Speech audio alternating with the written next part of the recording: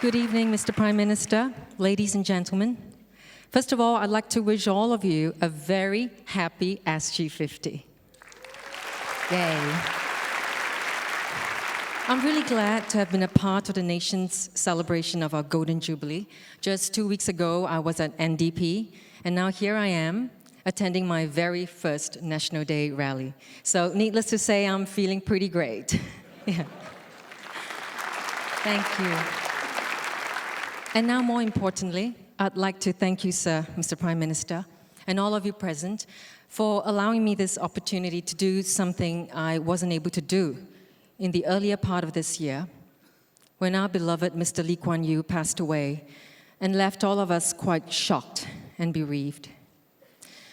Like many of you, as a Singaporean, I expressed my grief through the wearing of somber colors and in private conversations with family and friends.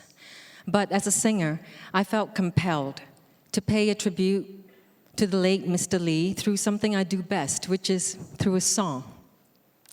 So tonight, I stand here not so much to perform for you, which of course would have been a great honor, as to lead you in a song tribute to a man many of us loved and admired, and still love and admire. I have chosen a song that has magically and quite miraculously united all of us whenever we heard it or sang it together. I've been very blessed to have been given this song to sing at the National Day Parade way back in 1998. I hope that we can all continue to sing this song for many years to come, and that it will always serve to remind us that no matter our differences, we'll always be united by the fact that we call Singapore our home. So, ladies and gentlemen, if you will, please join me in the song Home. Thank you.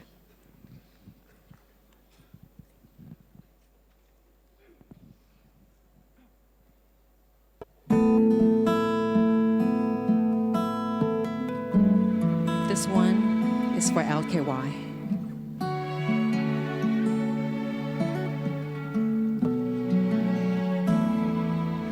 Whenever I am feeling low, I look around me and I know there's a place that will stay within me. Wherever I may choose to go, I will always recall the city, know every street and shore, sail down the river that brings us life, winding through my Singapore. This is home, truly, where I know I must be, where my dreams wait for me, where that river always flows. This is home, surely, as my senses tell me, this is where I won't be alone, for this is where I know it's home. Together now. When there are troubles to go through, we'll find a way to start anew. There is comfort in the knowledge that home's about His people too. So we'll build our dreams together, just like we've done before. Just like the river that brings us life, there'll always be Singapore. This is home, truly, where I know I must be, where my dreams wait for me, where that river always flows. This is home, surely, as my senses tell me, this is where I won't be alone, but this is where I know it's home. This is home, truly where I know I must be, where my dreams wait for me, where the river always flows.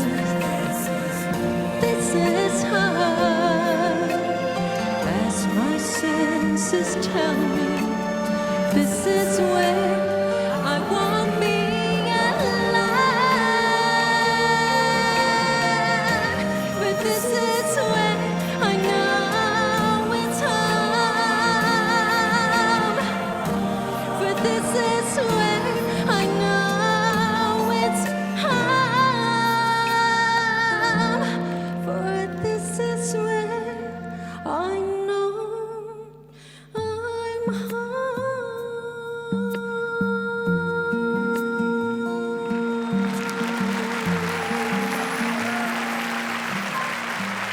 Thank you. Thank you, Ms. Kit Chan.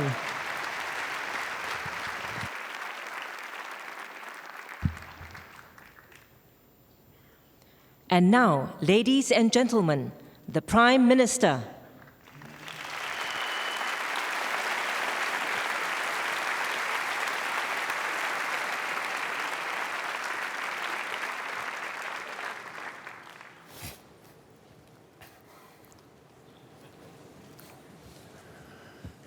My fellow Singaporeans, good evening. First, let us thank Kit Chan again for her beautiful singing.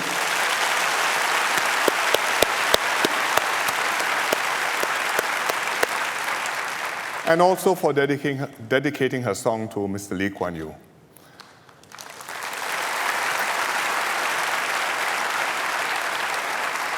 I'm very glad I invited her to the rally, and I'm very touched that she offered to sing Home, which is a fitting tribute to Mr. Lee and a good start for the SG50 National Day rally.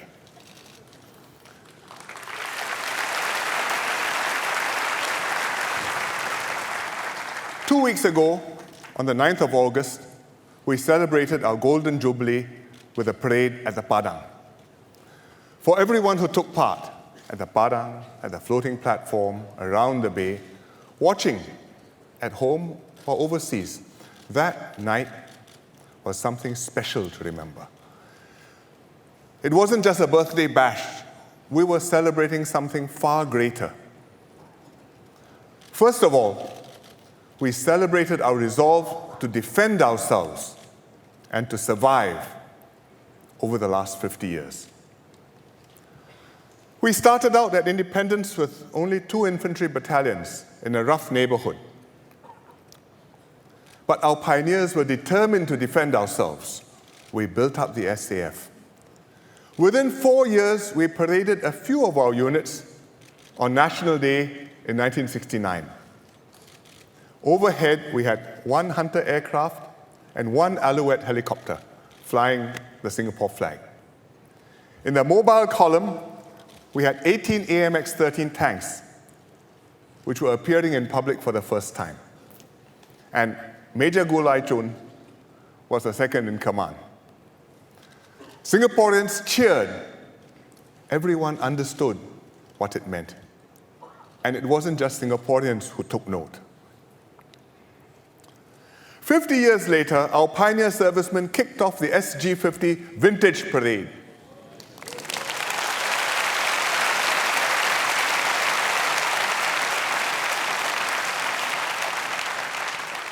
Right marker, Colonel Sui Boon Chai, first batch OCS.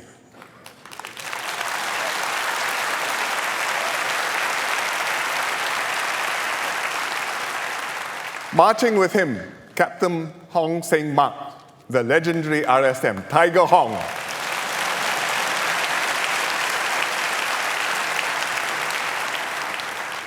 Ibrahim Bulat, who trained our first national serviceman.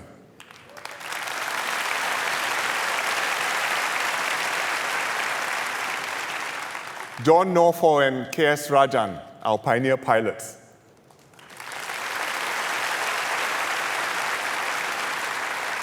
Jan Sek Sang, our first US Ranger trained commando.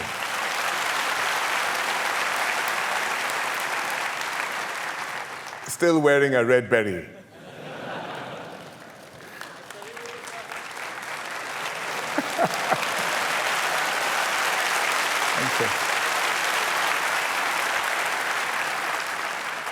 Encik Muhammad Saleh, Warrant Officer Class 1, Navy pioneer.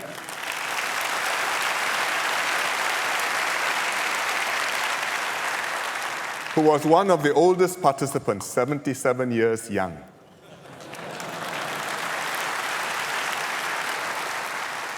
We had Corporal Philip Ng, a citizen soldier, NSF 4SR, 1972.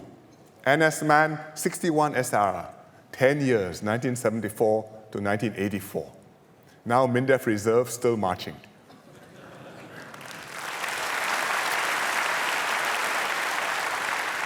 And many others too, older, grayer, but the spirit remained undaunted. And I'm so glad that we have some of them here with us tonight. Thank you very much. Take a bow together.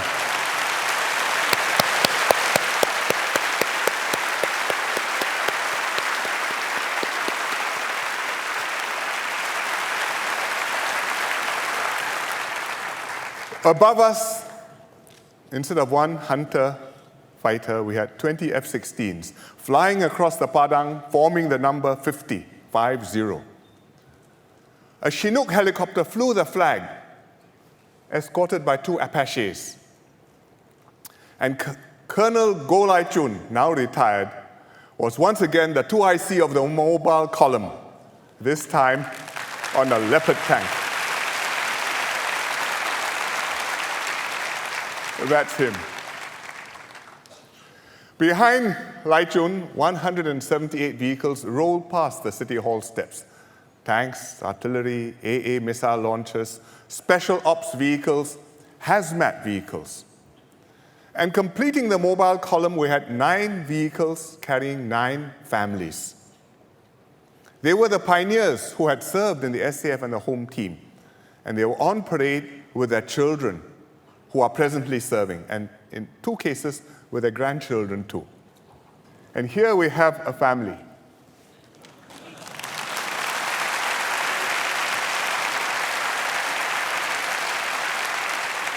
Grandfather, father, and son.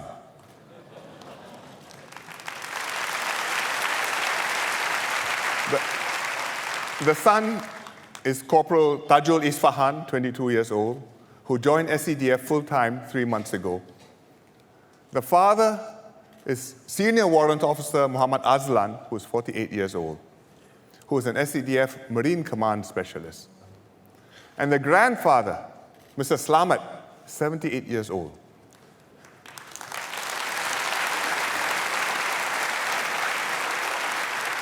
He joined the Singapore Fire Brigade in 1948, before I was born.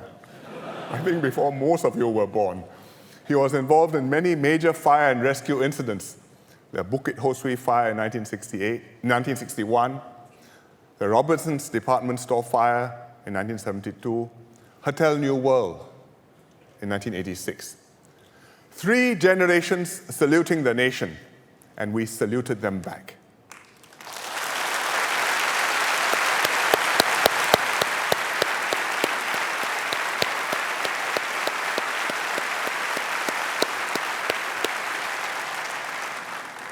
Secondly, on National Day, we celebrated how we had turned vulnerability into strength.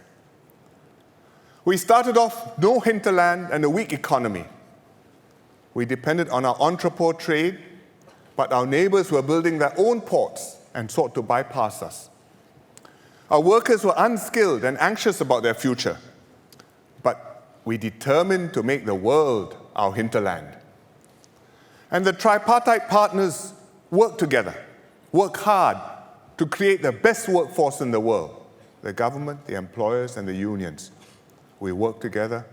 Berry every year ranked us #1 in the world. And with that workforce, we made PSA and Changi the best in the world.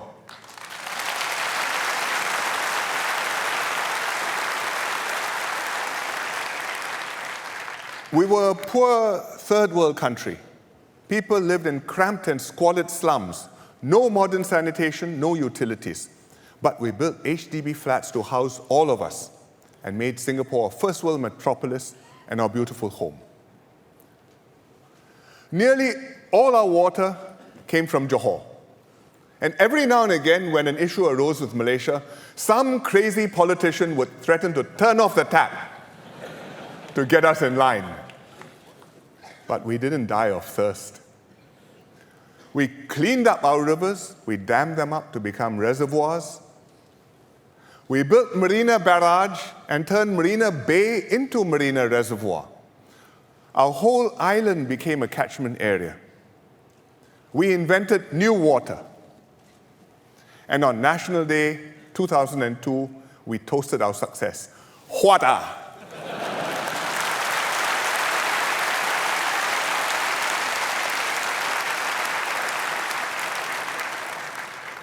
Thirdly, we celebrated our journey from third world to first as one united people. When we separated from Malaysia, we were not yet one people. Memories of the race riots were fresh and raw. The minorities were uncertain of their place in the new country. They saw what had happened in Malaysia. They wondered, will the new Singapore government keep its promise of a multiracial society? But 50 years on, we celebrate as one united people. On National Day, when the sirens sounded, we stood and recited the pledge together. Regardless of race, language, or religion, we sang, Majulah Singapura.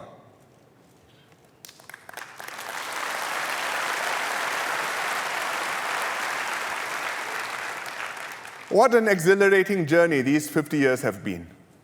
How did we get here? I'll put it down to 3 factors. Firstly, we determined to be a multiracial society. Secondly, we created a culture of self-reliance and also mutual support. And thirdly, we kept faith between the government and the people. First of all, multiracialism. We separated from Malaysia because we believed in this ideal of a multiracial society. We believed that before race, language, and religion, we should first and foremost be Singaporean.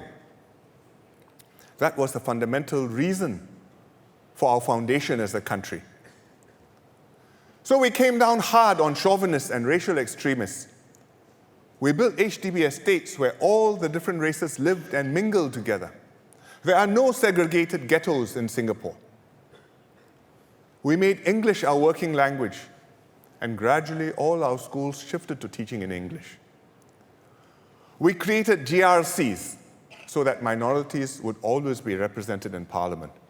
And this way, we encouraged all the communities to come together and yet gave each community space to maintain their own cultures and their own ways of life. When delicate and awkward issues arose, we dealt with them together. For example, when we discovered a Jamaah Islamiyah group planning to set off suicide bombs in Singapore after 9/11, we handled it as one people. We didn't divide into Muslims and non-Muslims. But at the same time, we made the effort to bring everybody together and to ensure that every community could hold its own and not be left behind. So we set up self-help groups. The communities did, starting with Mendaki, later SINDA, then CDAC and AMP, and the Eurasian Association. And the government supported them. And so we progressed together. Therefore, for SG50, every community in Singapore is celebrating because every community has progressed with the nation. And each group is celebrating with the other groups because we're one united people. I've attended many SG50 celebrations this year. A Catholic Jubilee Mass at the indoor stadium, the SG50 Kita National Day Observance Ceremony here in this campus, led by the Malay Muslim organizations, but with other groups participating. A Buddhist celebration at the indoor stadium, a Protestant prayer event at the National Stadium, a joint concert organized by the Taoist Federation the New Creation Church, and others at the Star Performing Arts Center. Here you see one of the items, a Chinese Kung Fu group performing with a Silat group. One function. At one dinner, I had sitting around my table representatives of all the world's major religions. And I posted a picture on Facebook. It showed the Rabbi of Singapore, together with the Mufti of Singapore, and Mr. Gurmeet Singh, a Sikh leader who was then chairing the IRO, the Inter-Religious Organization. Each had different dietary rules. Each was served food that met his religious requirements. But nothing stopped them from having a meal together and being friends together. In fact, they took a selfie together, which I also posted on Facebook. Only in Singapore.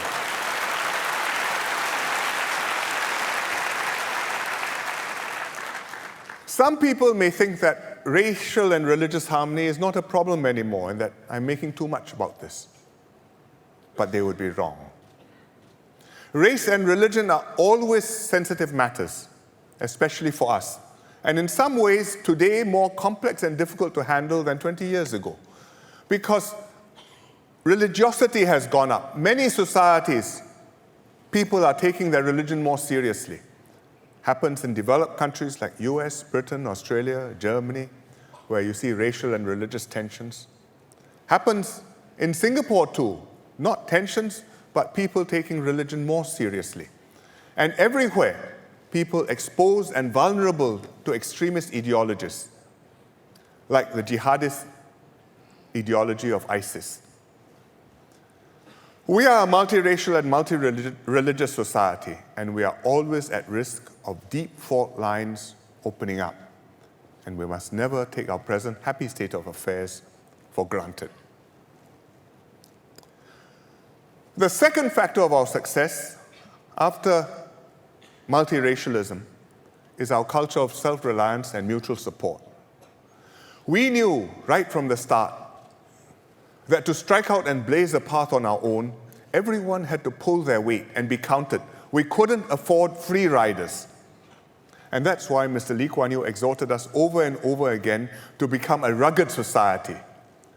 We don't use that term quite so often anymore, but our people must still be robust and tough, able to take hard knocks, always striving to be better.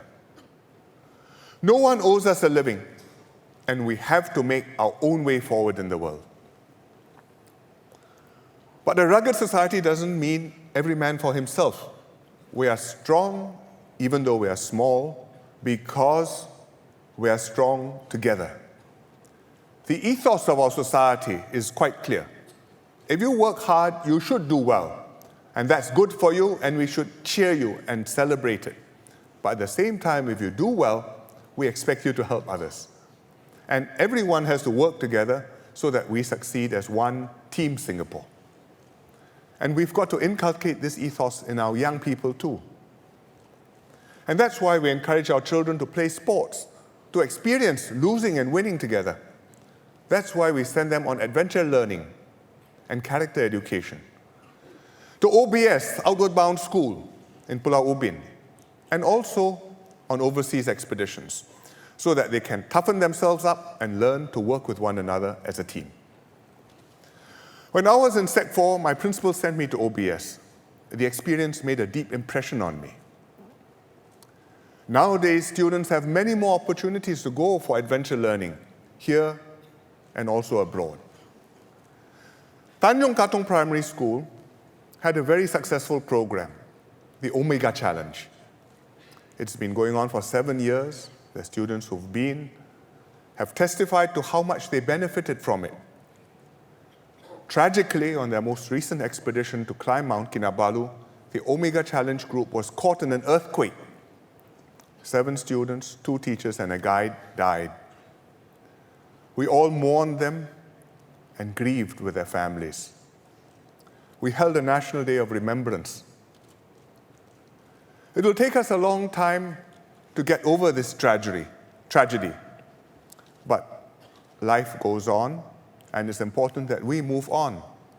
And I know that the other TKPS students and teachers who are on this trip are courageously doing so. We have to go on with adventure training. We will take the necessary safety precautions, but we must keep pushing our limits to bring up a generation who will grow up tough and able to work closely together. The third factor for our success is that we've kept faith between the government and the people. We've built up this bond between the government and the people over the past 50 years. The government has kept its promises. What we said we would do, we did do. We've kept our politics honest. We insisted on high standards of integrity in public life. No corruption, no dishonesty. We are also honest when it comes to policies, when it comes to the choices that we have to make. We don't shy away from hard realities. We do not sugarcoat difficult issues. We do right by Singaporeans. In turn, our people expect the government to perform, trust the government to have their interests at heart, and support the government and its decisions to work for the common good. And even in tough times, therefore, we can act decisively together. It was like this with our pioneer generation, for example, on the issue of land acquisition. The government needed land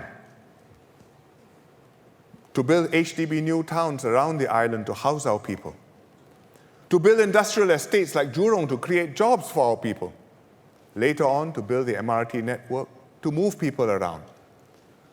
So the government passed laws to acquire land not at the market price, without paying market prices. It was tough for the landowners who suffered financial losses, sometimes more than once. It was tough for the households who had to be resettled. Lives were disrupted. Thousands, maybe tens of thousands, had to change their livelihoods. But if the government hadn't done this, we couldn't have housed our population, and we could not have transformed Singapore. So there were sacrifices, but in the end, it was for the common good, and everybody benefited. And I thank all those who sacrificed for this common good.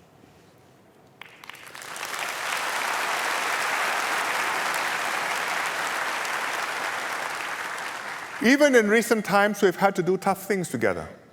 During SARS in 2003, we passed laws urgently on a certificate of urgency to quarantine people at home to prevent community spread.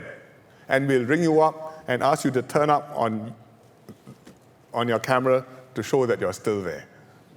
Singaporeans understood this was necessary, they accepted it. Recently, South Korea had a serious outbreak of MERS, but they had problems quarantining people. It wasn't so easy for them to get people to cooperate. There was one case where a person was missing from her home. They went, knocked on the door, no answer. Telephone, no answer. Tracked her down via her handphone. She was several hundred kilometers away playing golf. You can pass the laws, but people have to cooperate. From time to time, new tough issues will come up, and we'll need your support to deal with them. One tough issue which we already have, and which will be with us for a long time to come, is immigration and foreigners. It's a very sensitive matter, not an easy thing to talk about, even at the National Day rally. And Singaporeans understandably have strong views about it. The government has heard them, we've adjusted our policies, upgraded our infrastructure, slowed down the inflow of foreign workers, tightened up on PR and citizenship applications, made sure that Singaporeans are fairly treated at work. But on foreigners and immigration, there are no easy choices. Every option has a cost, has a downside. If we close our door to foreign workers, our economy will tank. Companies won't have enough workers. Some will close down, and our own people working in these companies will lose their jobs. Also, we need foreign workers to build our homes, schools, to meet our daily needs. We need foreign domestic help. So we can't close our doors completely. On the other hand, if we let in too many foreign workers, our society will come undone. Singaporeans will be crowded out, workplaces will feel foreign, our identity will be diluted, and we just can't digest huge numbers. Therefore, we've got to find something in between, make a right trade-off. But even in between, there's a cost and there is a price and there is a pain. Companies will still find your costs going up. They'll have to pass some of these costs on to consumers. Things won't be as cheap. Companies will have to pass up opportunities too, when they can see the opportunities but can't get the workers. Many companies will not be able to expand. And yet, because some foreign workers will still be coming in, there will be Singaporeans who will feel that Singapore is changing too fast and will resent having to compete with non-Singaporeans. So, whichever option we choose, it will involve some pain. But I believe that I'm doing what Singapore needs and what best safeguards your interests. If I didn't believe that, I wouldn't be doing it. It's my responsibility to make this decision, to make this judgment, and then to act on your behalf. And having acted on your behalf, to account to you for the results and for the reasons why I decided the way I did. I think I owe it to you. You've elected me. This is my duty. I can't shirk it.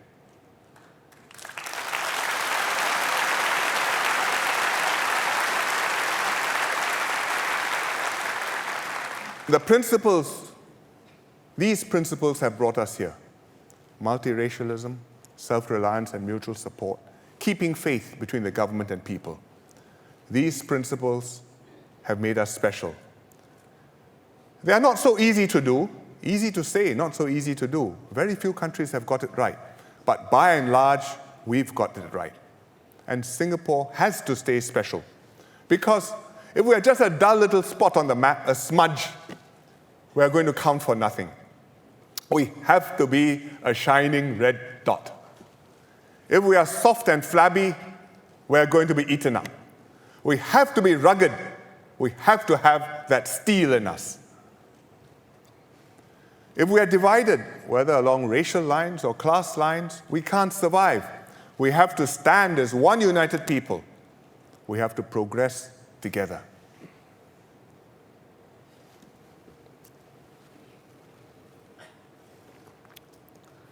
How do we stay special?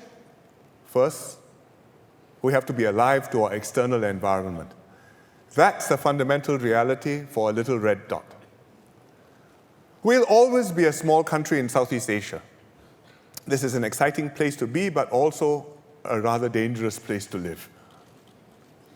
I've not spoken much about external affairs in recent rallies because we've been so focused on domestic issues, but I think I have spoken too little.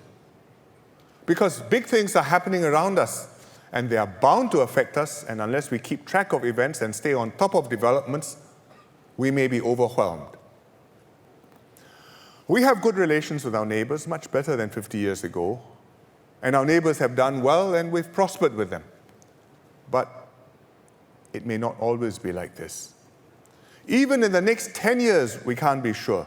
Certainly in the next 50 years, nobody can rule out instability, tension, or even war in Asia. Take Malaysia, our closest neighbor, our very close partner. We watch what's happening in Malaysia very closely. What are the Malaysians worried about? I can tell you what they're worried about. They worry about ISIS and terrorism. Because Malaysian citizens are becoming radicalized, going to Syria and Iraq to fight, including members of their armed forces going to become terrorists. Some have already gone. Dozens are there. When they come back, they will bring back violence and the know-how and the extremist ideas. This year alone, Malaysian authorities have arrested nearly 100 people, citizens, suspected of links with ISIS. That's one thing they worry about, which we should worry about. They worry about racial and religious tensions, about society being divided along racial lines. They've had incidents recently, like the riot in Loyat Plaza between Chinese and Malays, which has prompted soul searching. If they have racial problems, it will affect us across the border. They worry about money politics. One MDB is in the news every day. And Prime Minister Najib has just set up a national panel to develop laws on political funding with integrity. Because everybody knows this is a problem. These are Malaysia's problems. Fortunately, we are a different country, having separated from Malaysia 50 years ago. But our two societies and our two economies remain very closely intertwined, so their problems can easily become our problems. And if Malaysia is troubled, unstable, or divided, it will affect our economy, our society, and our security too. And the closer we work with them, the more we are concerned that things go well for them.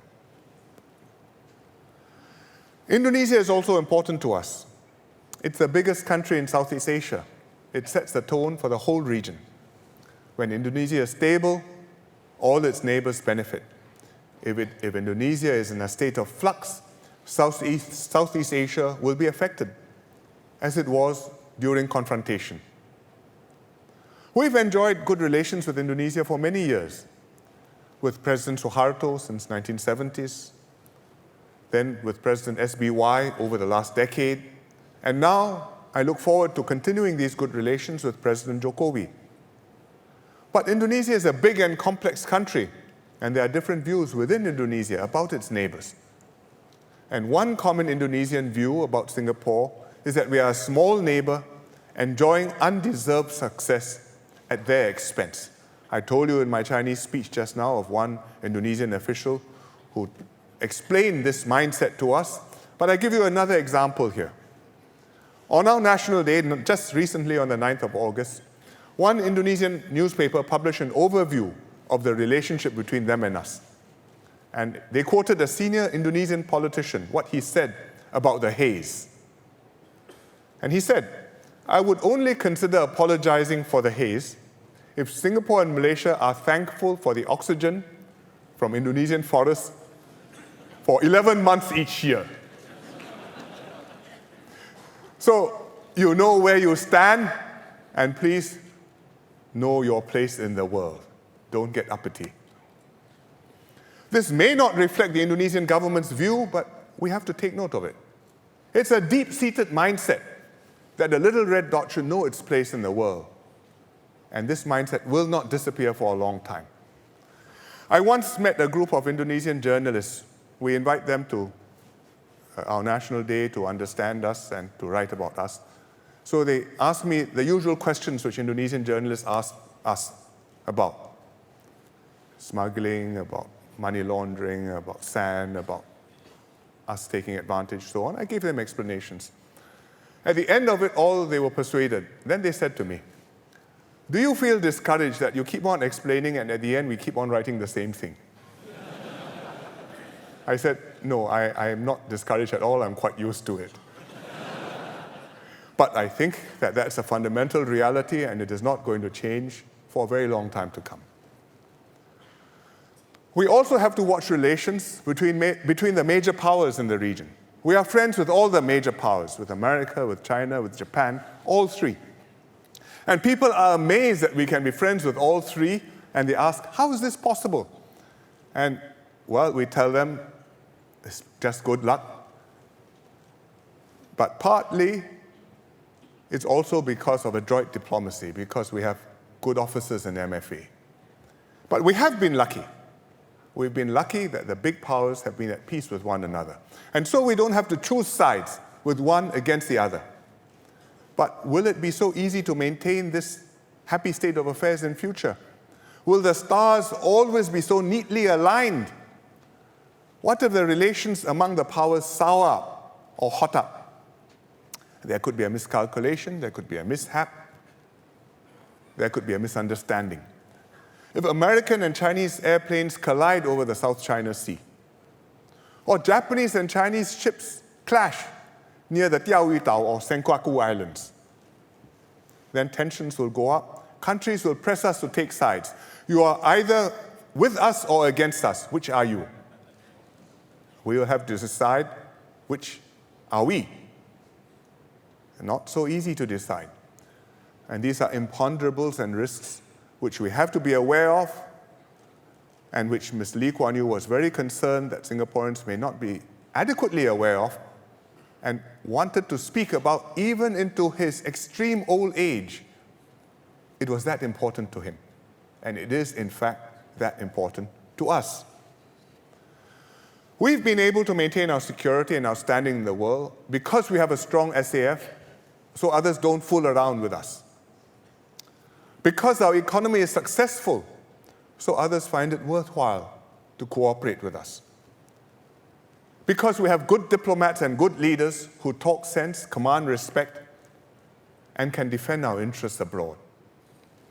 And these are important advantages for a small country which doesn't have aircraft carriers to go sailing around, keeping the peace and keeping ourselves safe. And we must keep these advantages to sail through the next 50 years safely. Let me just give you two examples of how having good ministers can advance our interests abroad, out of many. Take Minister Vivian Balakrishnan, Minister for Environment, Water Resources. Last year, he attended the UN Climate Change Conference, which was held in Peru, in Lima, in December. Vivian led the Singapore delegation, but he didn't just represent Singapore. He was appointed one of two friends of the chair. The other friend of the chair was Norway, and the role of the friend of the chair is to be an honest broker, to work behind the scenes, to bridge the gaps between the different countries, to help put together a deal that countries could agree upon. So it's an important low-key job. They chose Vivian, and Vivian was effective. Why? Because he was competent and he mastered a very complicated brief. Every time he briefs cabinet, we have to spend time reading the paper, understanding the subject all over again, and asking Vivian, what does all this mean? But it's his job to know and to explain and to analyze how we can protect our interests and not be disadvantaged. But he was also supported by a strong and cohesive team of Singapore officials. Different ministries, each knowing their job, but able to work together across the ministries and take a national perspective. So they could staff him, they could work up alternatives, they could propose compromises, they could tweak the language, they can go and chat up different groups and find out what different groups are thinking. That was Team Singapore at work. They actually should wear red T-shirts at such meetings.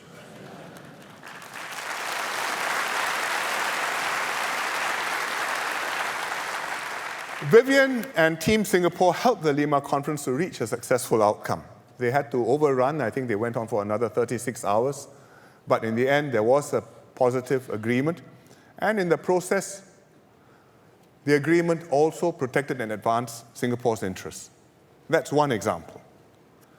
I give you another example. These are all far away from defense, so people understand that even apart from armed forces, we have to be on our guard and know how to work with others to advance our interests. This next example is Lim Swee Say.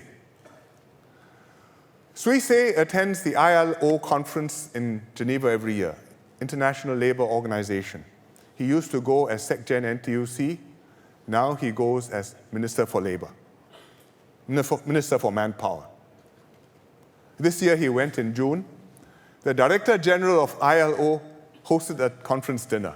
So dinner is meant to talk shop. And at dinner, many of the labor ministers shared the problems they face in their countries, all facing similar problems. Slow job growth, youth unemployment, stagnating wages, widening income gaps. It was a very miserable dinner. So Swee Say is never one for a miserable dinner. He decided to turn the discussion around and to focus on solutions and not problems. And he did it the way only Swee Say knows how to do it. He started by acknowledging we all face the same 3 D challenges. D for Delta. What's D?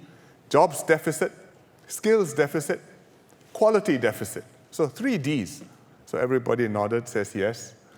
Then he said, we all want the same 3 F opportunities. Future. Jobs of the future, skills of the future, career of the future. Everybody smiled. Then he concluded that the solution was to strengthen the 3 Ps. Partnership between the partners.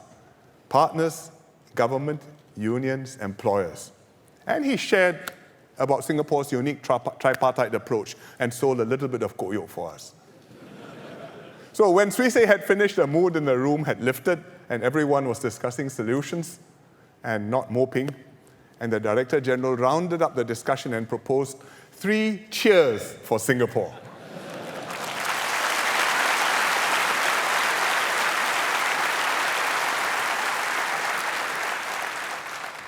We must maintain this quality of leaders and strengthen our economy and our defense in order to hold our own with the outside world, to work with others to advance our interests, and to protect ourselves when the external environment becomes troubled or hostile.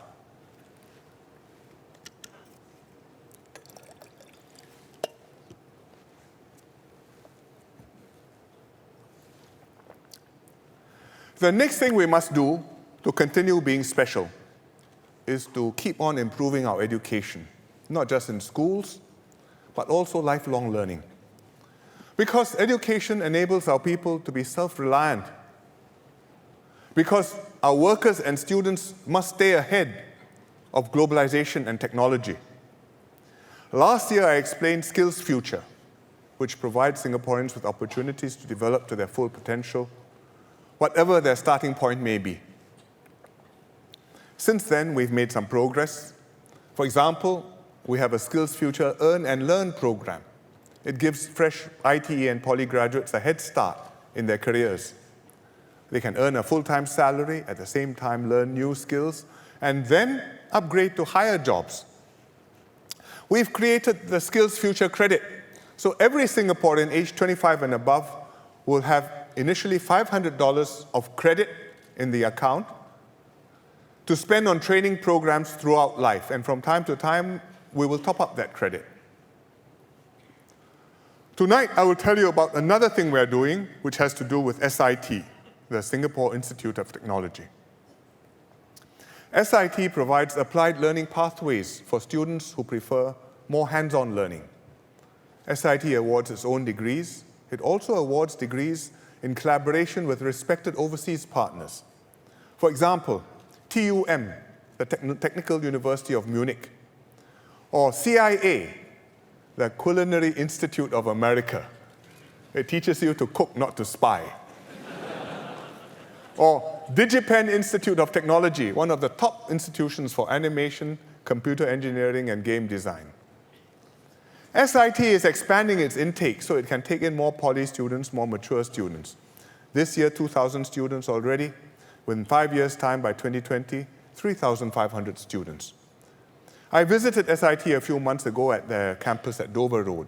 I met the students and staff. They were keen about their future, passionate about what they were doing. And the students relished the opportunities for internships to apply what they have learned and to show off their skills. And one such student is Chen Zhang Kai, who's 27. Zhang Kai is a late bloomer. When he was young, he played truant, he got into fights. He was streamed into EM3, almost failed his PSLE. So he took a longer path than usual. From PSLE, he went to normal tech, then to ITE, then to Nanyang Poly, then to SIT. Step by step, persevering, overcoming setbacks, climbing up. Last year, Zhang Kai graduated from SIT with a DigiPen degree. His final year project and portfolio were good. And a director of an animation studio came, saw it, was impressed, offered him an internship, and after that, offered him a job. So Zhang Kai has now landed himself a dream job as an animator. Well done, Zhang Kai.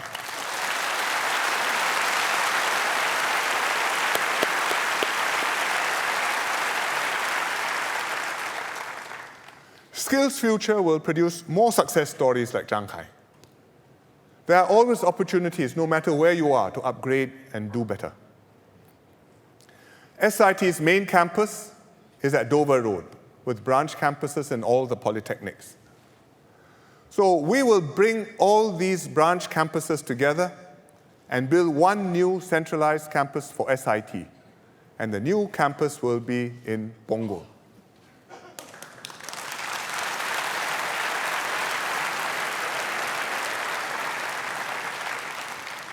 Across the road from SIT, we will build a creative industry cluster. In fact, on both sides of SIT, JTC will do this and bring creative industries to come to be next to SIT and to be integrated with SIT, so that students can easily go from classroom to workplace, apply what they learn.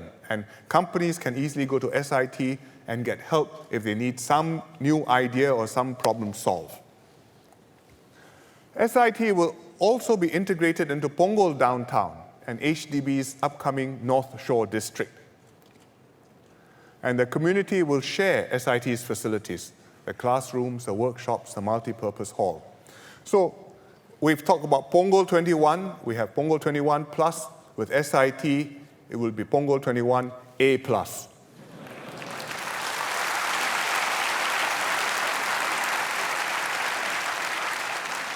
And here's how the SIT campus will look like. SIT in the middle, and you can see the industry buildings on both sides. If you zoom in and take a closer look, you can see the university on one side, the industries on the other, and link bridges joining them up so people can go back and forth. This will come. It's a long-term effort. The Chinese saying says, 10年树木, 百年树人. 10 years to grow a tree, 100 years to nurture a person. And when we go into Skills Future, this is our mindset. We are planting for the long term, planting seeds now to bear fruit many years from now. Of course, we'll also be planting real trees on the SIT campus. And when they are grown, many years from now, I hope the campus will look something like this. And Punggol 21 residents will be happy.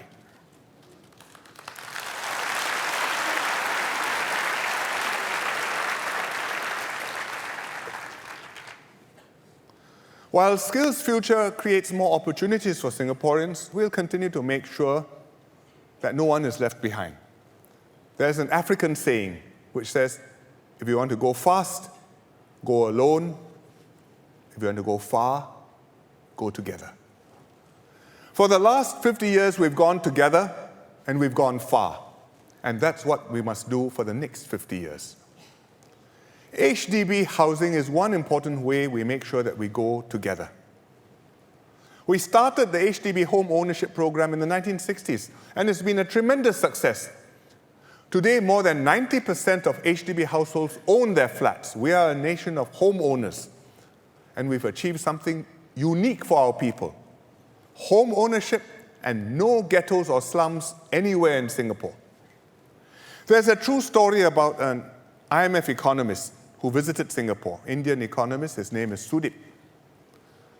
And he stayed at the Fairmont Hotel, high up, looked out, saw the beautiful city. He said, can't be. I want to find out how big this nice area around the hotel is. So he decided he'd get down, walk in one direction until he reached a not so nice area, turn around, come back, then he will know, well, Singapore's like so many other cities in the world with rough areas. So Sudip came down, walked and walked and walked and walked. He never reached a rough area. After 2 hours, he gave up and came back, astonished and impressed that Singapore had no rough area. In Boston, I did the same experiment from Harvard. Half an hour, I got there. And it's not unique. Every city is like that, except Singapore. In Singapore, no matter where you are, you live in a good neighborhood, you have good homes, you have parks, you have waterways, you can feel safe and secure, you can go jogging in the middle of the night, even if you are a young lady, safe. and this must always be the reality for all Singaporeans. HDB flats will always be affordable and accessible to all. In the last 5 years, we've made big moves in housing. We've stabilized BTO prices. We've launched 100,000 HDB flats, equal to 4 Clementi towns. We've shortened the queues for flats, so most first-timers can now choose a flat in a non-mature estate on their first try. And some of them say, please don't give me the flat so fast, I'm not ready to collect my keys yet. But we are going to do 3 more things in housing.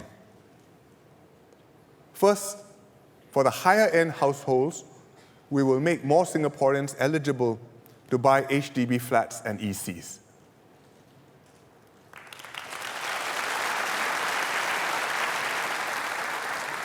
Currently, there's an income ceiling for HDB flats and ECs.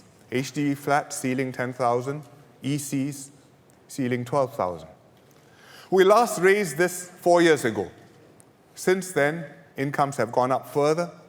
And also since then, we've cleared the first-timer backlog queuing up for HDB flats. So we have the possibility now to raise the income ceiling and bring more people into the eligibility net. What shall we do? For HDB flats, we'll go from $10,000 to $12,000. For ECs, we'll go from $12,000 to $14,000.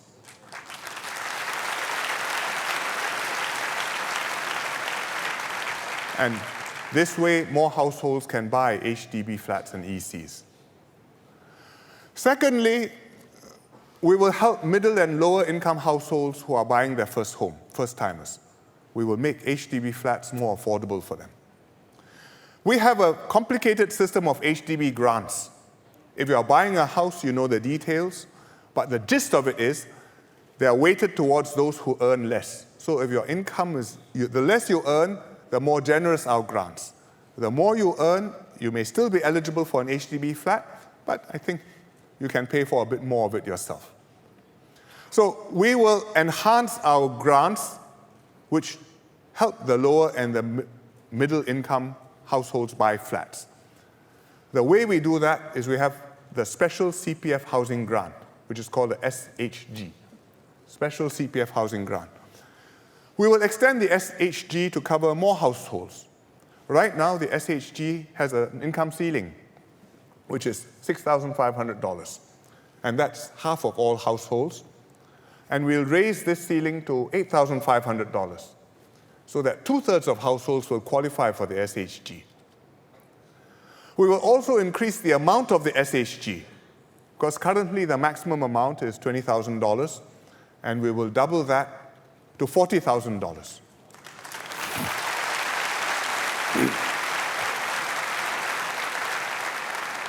So what does this mean? For a median household, that means one just about middle income, buying a flat, previously they would have received $10,000 of SHG. Now they will receive $30,000 of SHG, 3 times as much.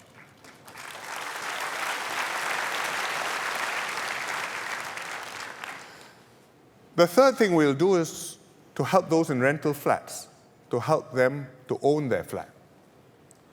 With the home ownership program, almost all Singaporeans have been able to buy their homes, but there are a few who still cannot afford to do that, or have not been able to hold on to their flats. So, for those who have not bought a flat ever before, the Minister Koh Boon Wan recently restructured the 2-room flat and the studio apartment schemes.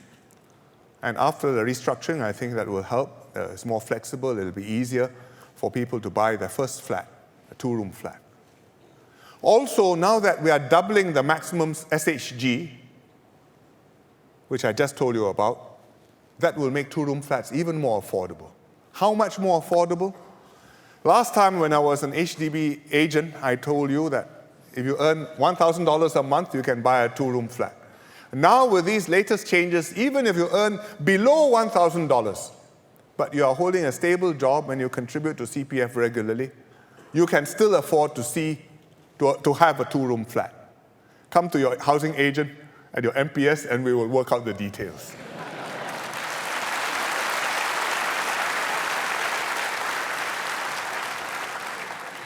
There's another group of rental tenants who are more difficult to help, more tricky to help.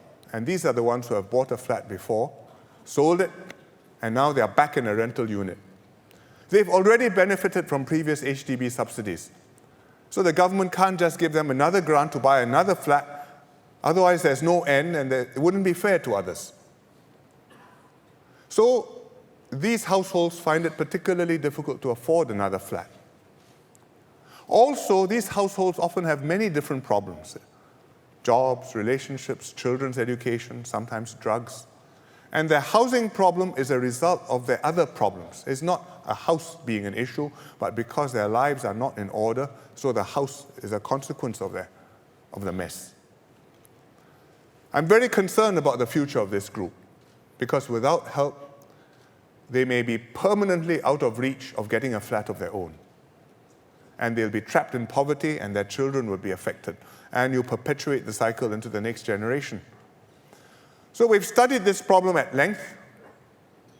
I think there's a way we can help these families to start afresh and to own their homes again.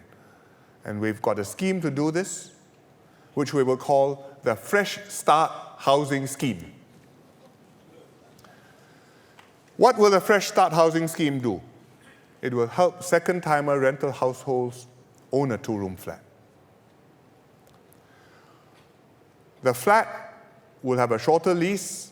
The flat will have stricter resale conditions that can make it more affordable and also maximize the chances of people holding on to it and not just flipping it. But it's not just providing a flat, it's also supporting the family with counselors to guide them to solve their problems holistically, all aspects: jobs, school, drugs, family relationships, planning for the future, saving for the future. The family has to play its part, show that they're putting their lives in order, determined to get back on their feet, committed to putting their children through school. Then, if they show that, and with all these extra arrangements, I think we can justify providing a grant for them, a Fresh Start housing grant, to help them pay their flat. So it's not without conditions. You have to do your part, but you do your part, we help you, you have a second chance. And over time, with guidance, with help, through this scheme, you can own your own homes again. You have something to work towards, aspire to, and achieve for yourself, for your children. It's a major initiative. It'll take us some time to work out, but I think it is important because it shows our philosophy that in Singapore, we will help you, but you must help yourself, and we don't want anybody to be left behind.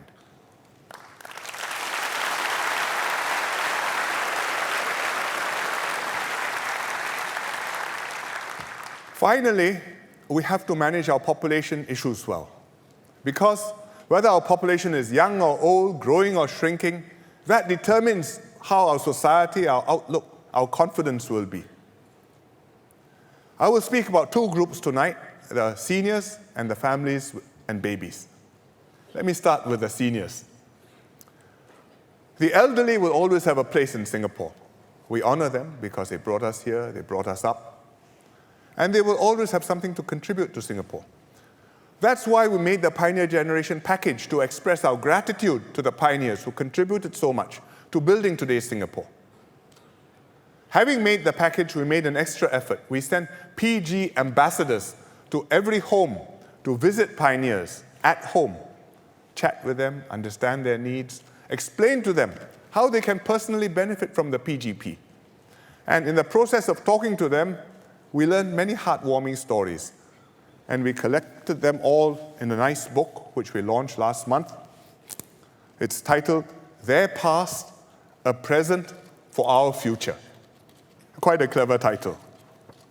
And lots of interesting stories in the book. One in particular is about two friends, Mr. Muthusamy and Mr. Ching Chong Kui. Mr. Muthusamy is 69 years old. Mr. Ching is 81 years old. They've been neighbors and close friends for 10 years.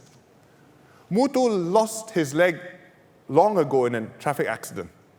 Mr. Ching, who is 81 years old, takes care of Mutu, looks after his plants, changes light bulbs for him, drives him to medical checkup. Mr. Ching speaks Mandarin, Mutu speaks English, and they talk to each other in Malay.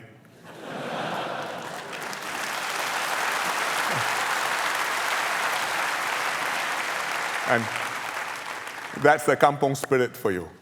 Mutu and Mr. Ching told our ambassadors that they are very happy with the PG package and with the PG card because Mutu benefits directly from it. There's the PG Disability Assistance Scheme, and he qualifies and he gets $100 a month. And when he visits the specialist outpatient clinic, his net amount he has to pay is just $12. And of course, both are happy to be honored and to be recognized. We are grateful to all our pioneers, and I think at SG50 NDR we should say again, thank you, pioneers of Singapore.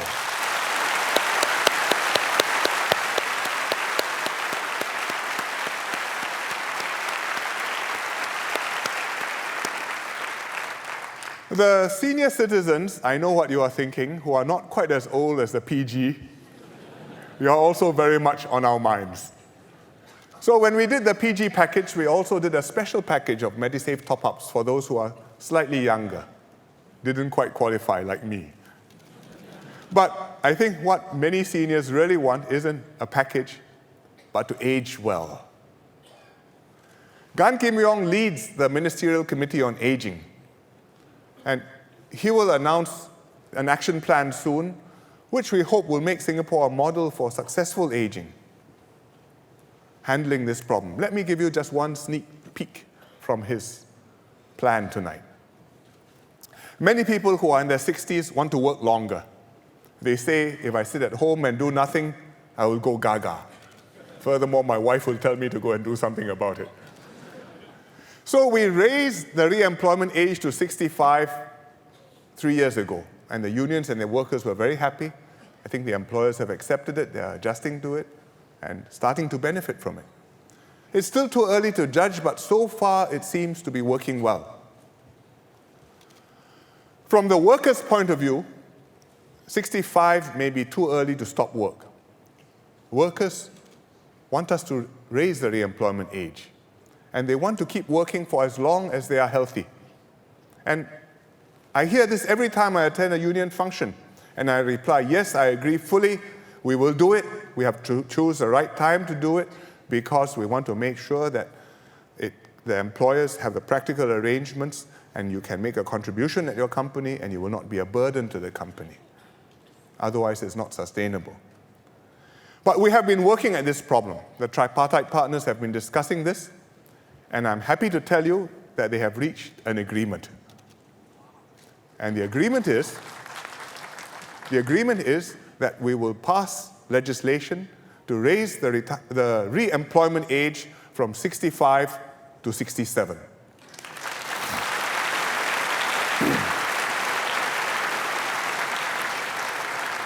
And we will do it by 2017.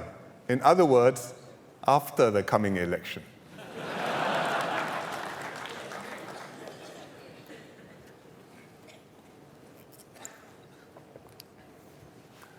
Now let me talk about families and babies. We discuss these as policies and what should we do, rules, incentives, but at the root of this is not policies, it's people, families and their children.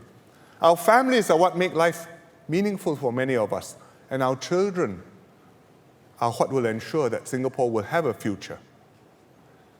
In fact, our children are the reason why we want Singapore to have a future, for them. And so we decided on a baby jubilee gift for SG50 babies. And you can see some of the things down here. A box, the strap, some T-shirts, and some other diaper holders. I'm glad to hear from Grace Fu that we've given out almost 20,000 SG50 packets this year, including one to Tin Pei Ling.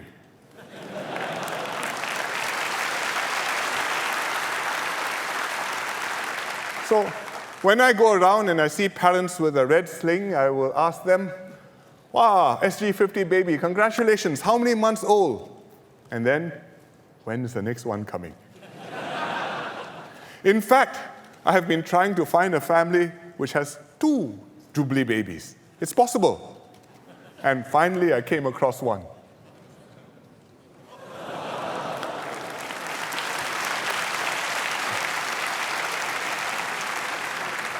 Introducing Charlotte on the left and Colette on the right, twins born 3 weeks ago.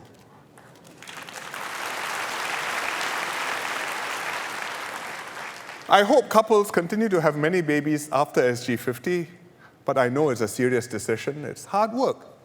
It's a lifelong commitment. You sacrifice your time, your sleep, you have to buy milk powder, diapers, and parenting goes on for many years, well after your children have supposedly grown up. Having a child is a major responsibility, but we'll help you. Because every Singapore child is precious to us. Because each one is a member of our Singapore family.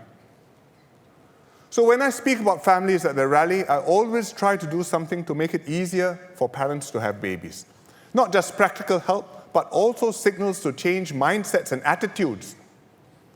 And therefore, encourage people gradually to change behavior. For example, making workplaces more family-friendly, or getting fathers to do their share of parental duties. If you look at the numbers, last year's numbers seem promising. This is a graph of the babies born every year since 2000. 2000 was a bumper year, 41,600, dragon year. The next dragon year, there's a bit of a blip. But what encourages me is that this year, 2014, not a dragon year, but almost as big as a dragon.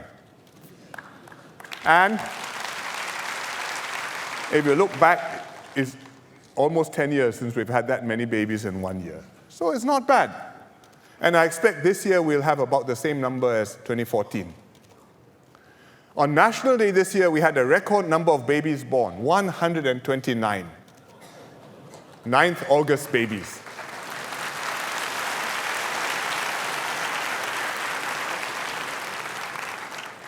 These are statistics, but what I see directly when I go around confirms this, because nowadays I often see families who have lots of kids, and they are proud and happy that they have many children.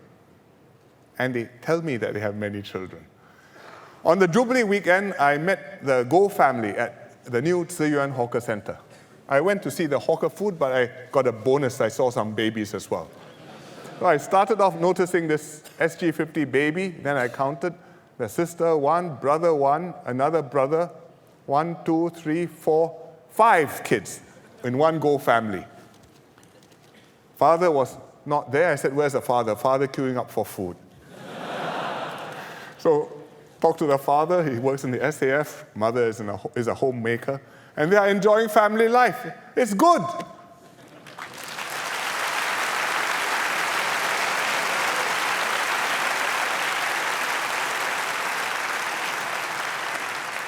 So I think this is a good time to give our families and babies' efforts an extra push.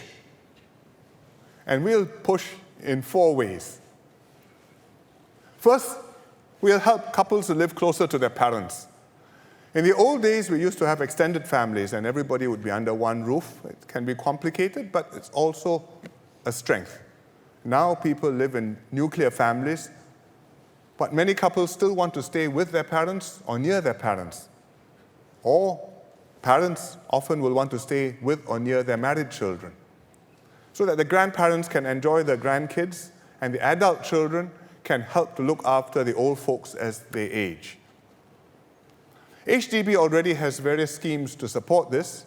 We've re-looked at the HDB incentives, and we'll repackage them and relaunch them more generously. And we'll introduce what we call a proximity housing grant. What is the proximity housing grant? It's for every Singaporean household, whether first-timer or not, you will be eligible. And you can get it when you buy a resale flat with your parents or near your parents. Or you buy a resale flat with your married children or near your married children. You can get the proximity housing grant once. But MND will work out the details and will announce them soon. Secondly, we'll enhance the baby bonus. We'll increase the amount of the bonus to help cover a little bit more of the child raising costs during the child's infancy. And I think that will help because I hear mothers telling me that milk powder is expensive. Well, that is so. This will be a little bit of assistance. Also, the baby bonus is presently just for the first 4 children. So we will now give it to every child.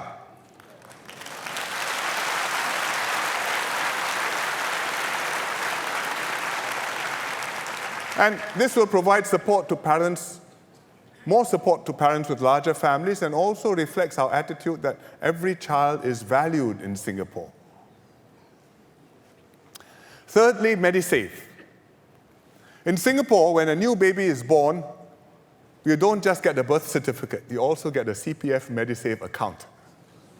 And the account comes with some money from the government to help cover your MediShield premiums and vaccinations and other expenses, at least for the first few years.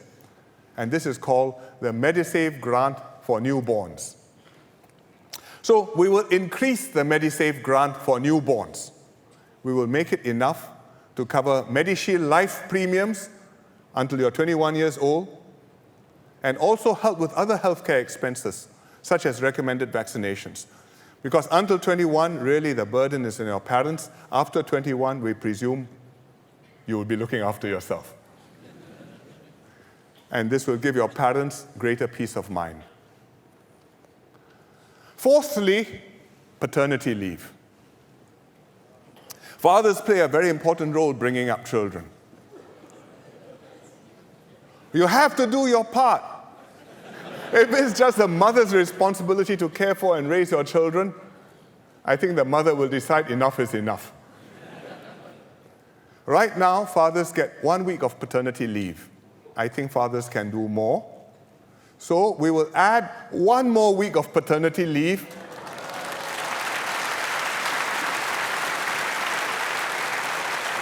making 2 weeks. Don't go and play golf. Please use it to take care of your kid. The government will pay for this 1 extra week.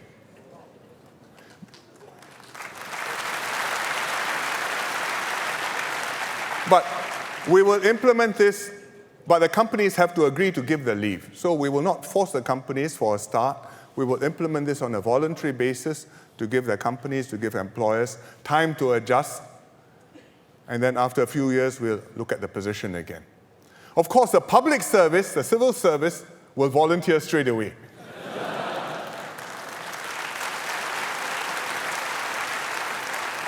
And so to all the public officers who may be watching tonight, you have no excuse.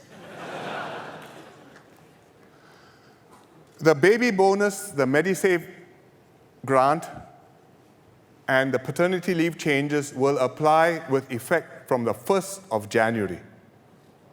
The 1st of January, 2015.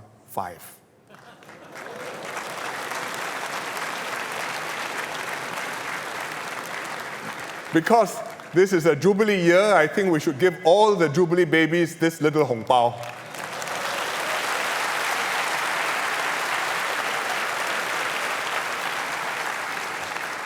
Grace Fu will tell you lots of details soon, and I hope they'll all be happy details, and it'll help many more couples to experience the joys of parenthood.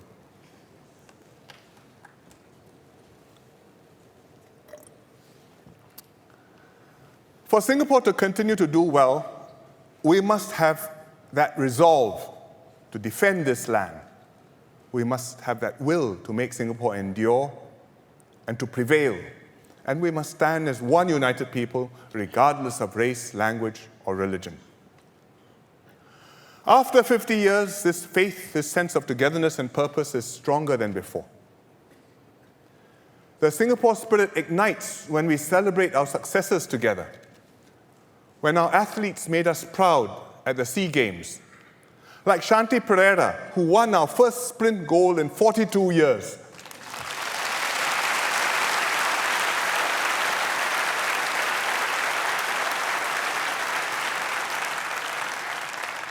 Or Ashley Liu, the marathon runner. After the other runners took a wrong turn, he slowed down, waited for them to catch up, and showed sportsmanship and class.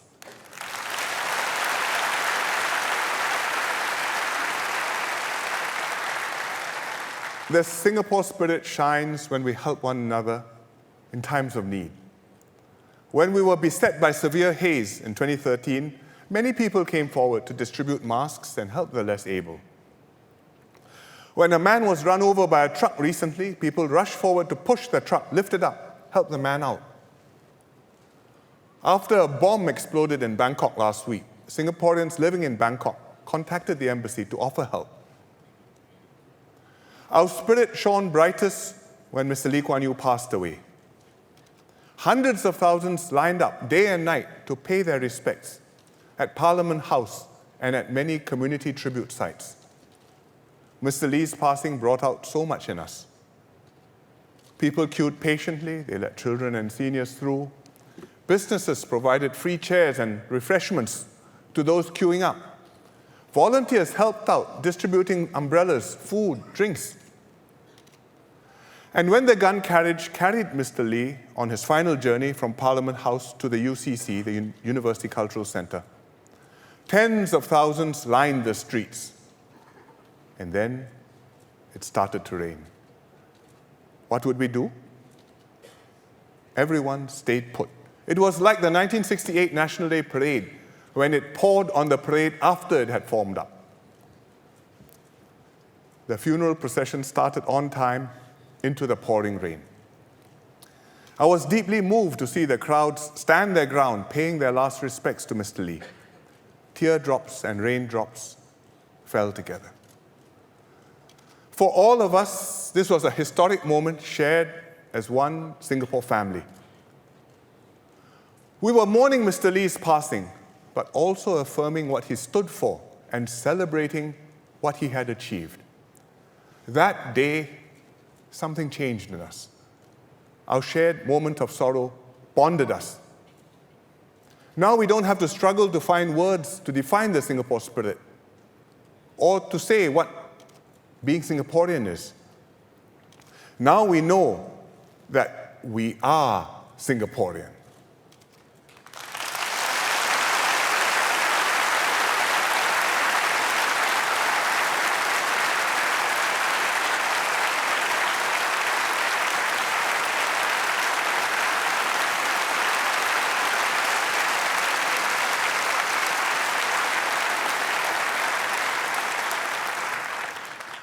"50 years ago, our challenges seemed insurmountable. As a small country, we could easily have flickered and faded into the darkness of history. But our pioneers were made of stern stuff. They were galvanized. Many born elsewhere, but deciding to make Singapore their home and their lifelong passion. They dug in their heels and built a nation together. 50 years on, our challenges are still formidable, but they are far from insurmountable. Those people who feel daunted and think Singapore's best days are behind us, they are wrong. Our best days will always be ahead of us, provided we continue to have a strong team, a team of lions and the lion-hearted, leaders and the people. We've had such a good team so far. Started with Mr. Lee Hsien Loong and his colleagues, together with the pioneer generation who built Singapore and made sure that Singapore would thrive beyond them. They handed over to Mr. Goh Chok Tong and the second generation of Singaporeans 25 years ago now.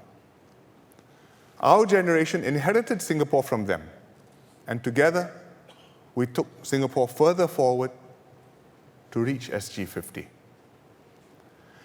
In the last 10 years, we've written perhaps another chapter of the Singapore story. If you've been following my National Day rallies, you'll know what we have done together. We said we would build more beautiful homes that Singaporeans could afford, and we did. This is Punggol 21. This is the view from Dawson. I think it's taken from Air Terrace. I went up to take a look. The city rejuvenated. We've continued the kampong spirit. During Ramadan, our neighbors break fast together along HDB corridors. And all over the island, volunteers have beautified our shared spaces with communities in bloom.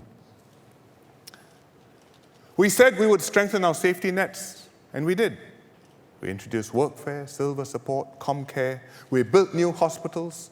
Ng Teng Fong Hospital has opened since my last rally. Community hospitals have also opened. This is Ren Se. And Yishun Community Hospital will soon be ready. We've made healthcare more accessible and affordable. We have CHAS, the blue card and the orange card.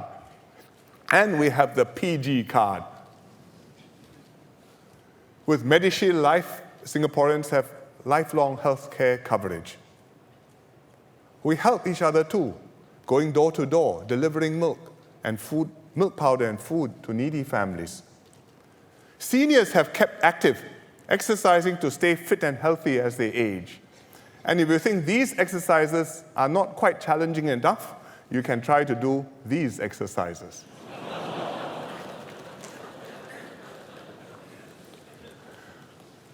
We said we would create more pathways for children to chase rainbows, and we did. We built Northlight and Assumption Pathway for students who fail their PSLE because we believe in our young and we will never give up on them. We built the School of the Arts, the Sports School, the School of Science and Technology to cater to varied talents. We built first-class campuses for our ITE colleges, including ITE College Central, where we are now.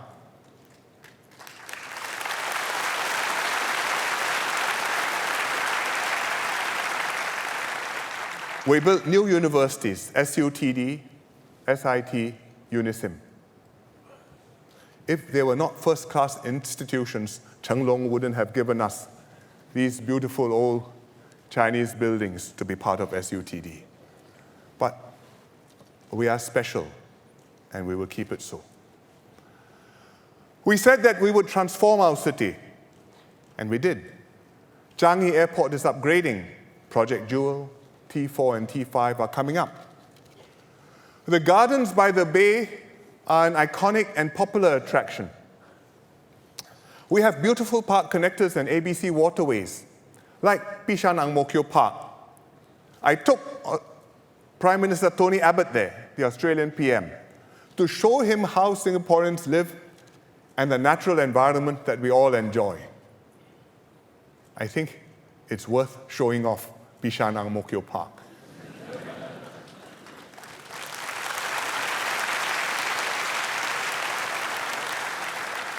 Our volunteers have been active too, preserving nature and heritage on Pulau Ubin, keeping our rivers clean. We said we would transform Marina Bay, and we did.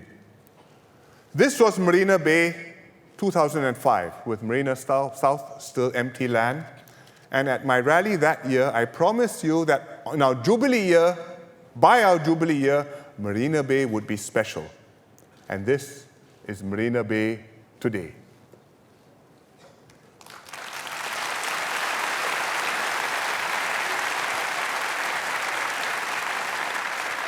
We did this together.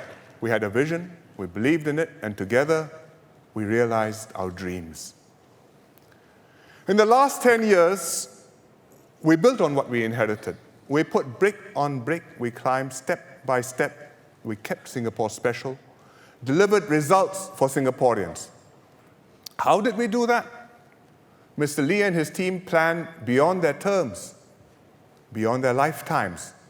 They nurtured the next generation of leaders and the next generation of Singaporeans. They taught their successors to do the same.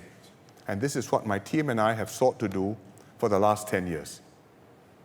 We have served you to the best of our ability. You've got to know us well. We've walked this SG50 journey together with you. My team and I take very seriously our responsibility to make sure that Singapore lasts beyond us. My core team are already in our late 50s and 60s. We will not be around forever, and we must have the next team ready in the wings. The nucleus is there, brought in at the last elections and earlier. They've taken charge of important programs like Our Singapore Conversation, like SG50, as well as different ministries, including difficult ones. They've connected with Singaporeans young and old and participated fully in the major decisions which we've made. But we need to reinforce them, to round out the team, to give Singapore the best possible chance of succeeding into the future. And that's what I need to do in the next election. Singapore is at a turning point. We've just completed 50 successful years. Now we are starting out on our next 50 years of nationhood. Soon, I'll be calling elections to ask for your mandate to take Singapore into this next phase of our nation building. And this election will be critical. You will be deciding who's governing Singapore for the next 5 years.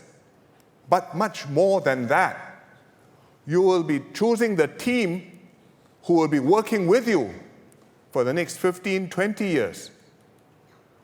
You will be setting the direction for Singapore for the next 50 years. You will be determining the future for Singapore.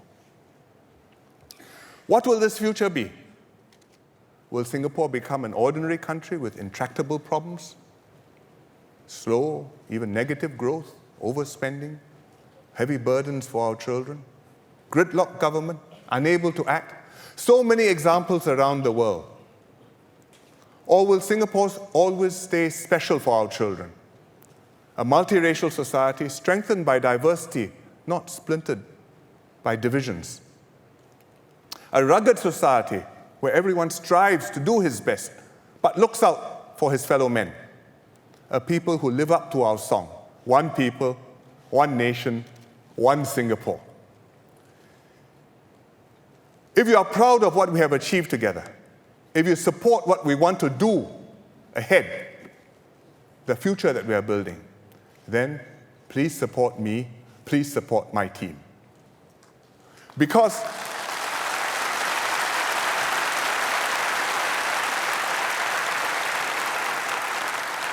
my team and I cannot do anything just by ourselves. We have to do it with you in order to do it for you. In fact, we have to do it together in order to do it for all of us, to do a good job for Singapore, so that we can keep Singapore special for many years to come. Another 50 years. Can I be sure that Singapore will still be doing well, still be special come SG50? Nobody can be sure. Nobody can promise that we will all live happily ever after. We all have our hopes and fears, our views, and our guesses. One opinion that I know everybody would have liked to know was Mr. Lee Kuan Yew's.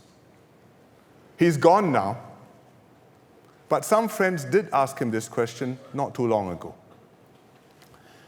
In his old age, a group of friends would regularly take Mr. Lee out for meals.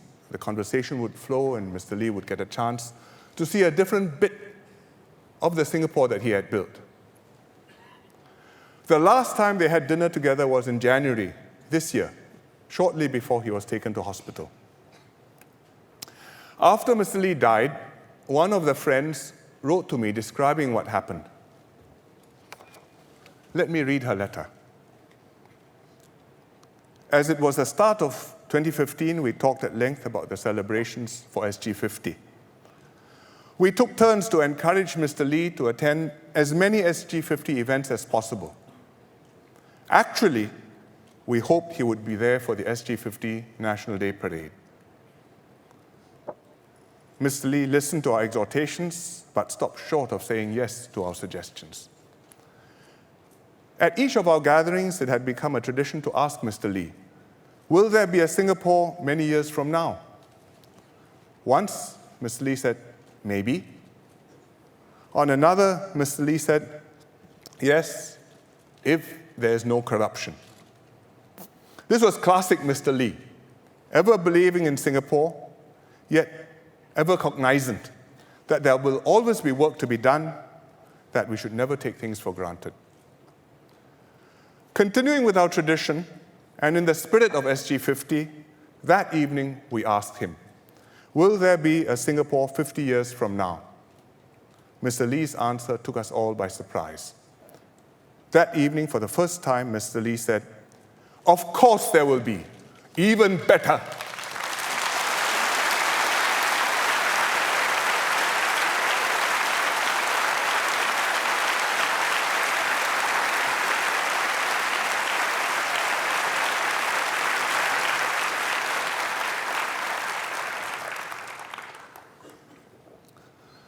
Mr. Lee didn't make it to the SG50 NDP, but we were happy to have 3 surviving ministers who signed the separation agreement at the parade.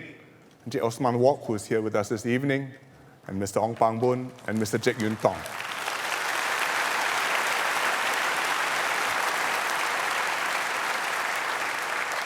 They sat in a place of honor next to Mr. Lee's chair. And when we watched the video tribute to Mr. Lee, we were all moved. We could sense his spirit with us and in us. Mr. Lee would have been proud of what he had built if he had seen the NDP. Now, he's no longer here. We are on our own, but we're ready. Our resolve to defend ourselves is unquestioned. Our spirit and confidence is robust. Our unity and identity as a people has never been stronger. At the NDP, we showed the world what stuff Singapore is made of. For me, there were 2 special moments in a memorable parade. One was when Kit Chan sang Home. She sang beautifully, she always does. But what most amazed me was the singing from the crowd. All round the Padang, we could hear our voices lustily singing, "This is home, truly," and never before have we done that. The second moment was after the parade. The last item, the kids were in bright LED costumes, putting on an energetic and spectacular performance. I went down to the Padang afterwards to meet them. They were in high spirits. Their faces shone with excitement and hope. I thought to myself, these are the faces of the future of Singapore. 50 years from now, SG100, they will be about 60 years old, still vigorous with many more active years ahead of them. And I hope they'll be back at the Padang, celebrating again, remembering SG50, congratulating one another on how much they have done, on how far they have come, and looking at more young, radiant faces of children and many grandchildren, and singing, "Majulah Singapura." Thank you very much.